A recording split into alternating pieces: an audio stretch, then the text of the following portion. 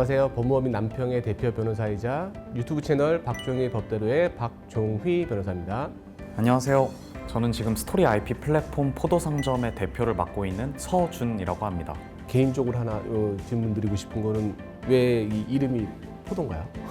저희가 처음에 이제 이 이름에 대해서 고민을 할 때 어떠한 이름으로 지을지 되게 고민을 많이 하기는 했었는데요. 예술의 상징되는 신인 이제 디오니소스의 상징물인 포도를 따오고 그리고 이제 스토리 IP를 상점처럼 사고 팔 수 있게 만들자 해서 그 두 개를 붙여서 포도상점이라고 만들었습니다. 되게 멋있네요. 플랫폼 사업과 관련해서 저한테 여러 가지 질문하실 게 있다고 하셔서 오늘 오신 것 같은데 뭐 하나씩 얘기 한번 해보시죠. 네. 일단 첫 번째로 가장 궁금한 건 보통은 일반적인 계약이라고 하면 종이에 놓고 이제 사인하고 하는 방식이 일반적인데 이거를 저희가 플랫폼에서 이것들을 다 이제 조항처럼 바꿔가지고 사용자와 이제 작가님들 사이 간의 계약을 체결을 해드리려고 하는데 이런 절차가 이제 법적 문제가 없는지 궁금합니다. 근데 계약이라는 거는 기본적으로 당사자간의 의사 합치만 있으면 계약이 성립되는 거거든요. 구두로도 당연히 계약이 성립되고요. 만나서 종이로 사인하고 갑을 쓴다는 거는 좀 옛날 얘기인 것 같고 요즘에는 저희도 마찬가지지만 전자계약도 많이 하고요. 카카오톡으로도 많이 해요. 계약서 쓰는 것도. 그래서 이거 자체로는 전혀 문제가 발생하지는 않을 것 같고 다만 이 온라인 플랫폼이라는 특성상 이 온라인 관련된 규제를 하는 법률들이 있거든요. 거기서 특정하게 지켜야 되는 뭐 어떤 거는 꼭 들어가야 돼, 어떤 것들은 꼭 명시해야 돼 이런 것만 잘 지켜주면 아무 문제 없다고 보시면 돼요. 아무래도 저희가 플랫폼을 통해서 작가님들의 작품을 유통하는 플랫폼이다 보니까 작품을 올려주신 작가님들의 작품이 혹시 이제 뭐 도용되거나 밖으로 유포됐을 때 저희 플랫폼 차원에서 어떤 식으로 해결을 하면 좋을지 궁금합니다.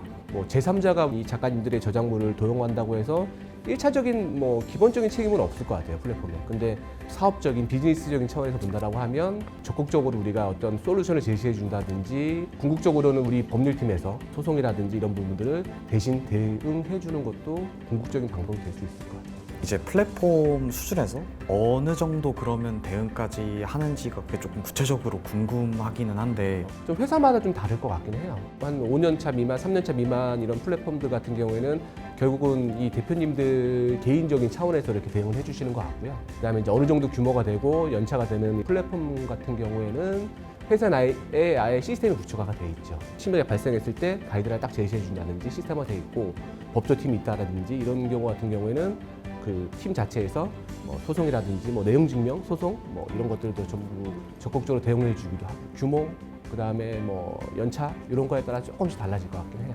그러면 아무래도 저희와 같은 조금 작은 규모의 스타트업에서는 이제 자문을 통해서 가이드라인 정도 제시해 주는 게 그게 최선. 현재로서는 그럴 것 같아요.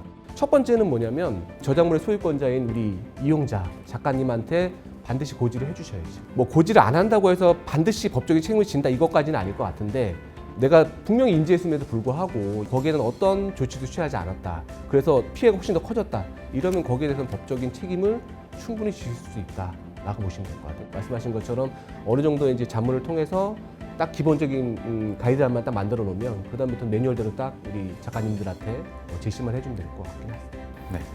다음으로 이제 질문 드리고 싶은 게 만약에 저희 플랫폼에 등록을 하신 작가님의 작품이 알고 보니까 다른 제3자의 작품이거나 혹은 표절한 작품일 경우에 이런 경우에 이제 법적인 책임이나 이런 건 어떻게 되는지 궁금합니다.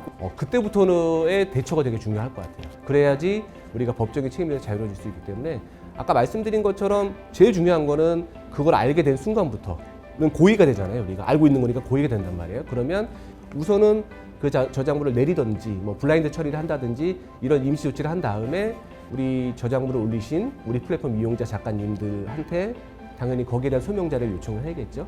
저작물을 당했다라고 주장하시는 그 제3자의 자료를 갖다가 취합을 해서 전문가한테 도움을 받아서 최종적으로 판단을 받아야 될 것 같고요. 뭐 소송 걸 수도 있는 거잖아요. 그럼 최종적으로는 법원에서 판단이 되겠죠.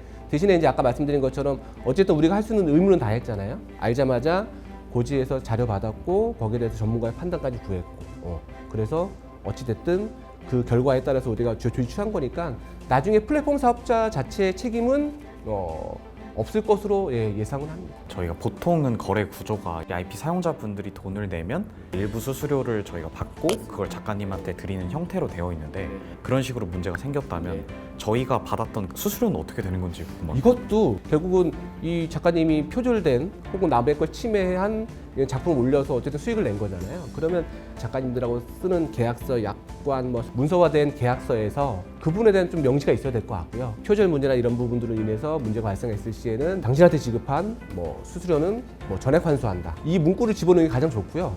만약에 그런 문구가 없다라고 하더라도 만약에 우리가 그걸 위해서 플랫폼이 손해를 봤다라고 하면 당연히 그 수수료보다 더 큰 뭐 금액의 손해배상 청구까지 가능할 수가 있겠죠. 다음으로 여쭤보고 싶은 내용은요. 중간중간에 이제 이용약관들이 개정되는 일이 생길 텐데 이럴 때 작가님들한테는 어느 정도 선까지 사전고지만으로 가능한지 아니면 따로 동의를 받아야 되는지 어느 정도 선인지 궁금합니다. 크게 보면 두 가지로 나누면 될 것 같아요. 그러니까 권리 의무에 관련된 사항들은 반드시 그분의 동의를 받아야 되는 거죠. 클릭, 쉽게 말하면 사인.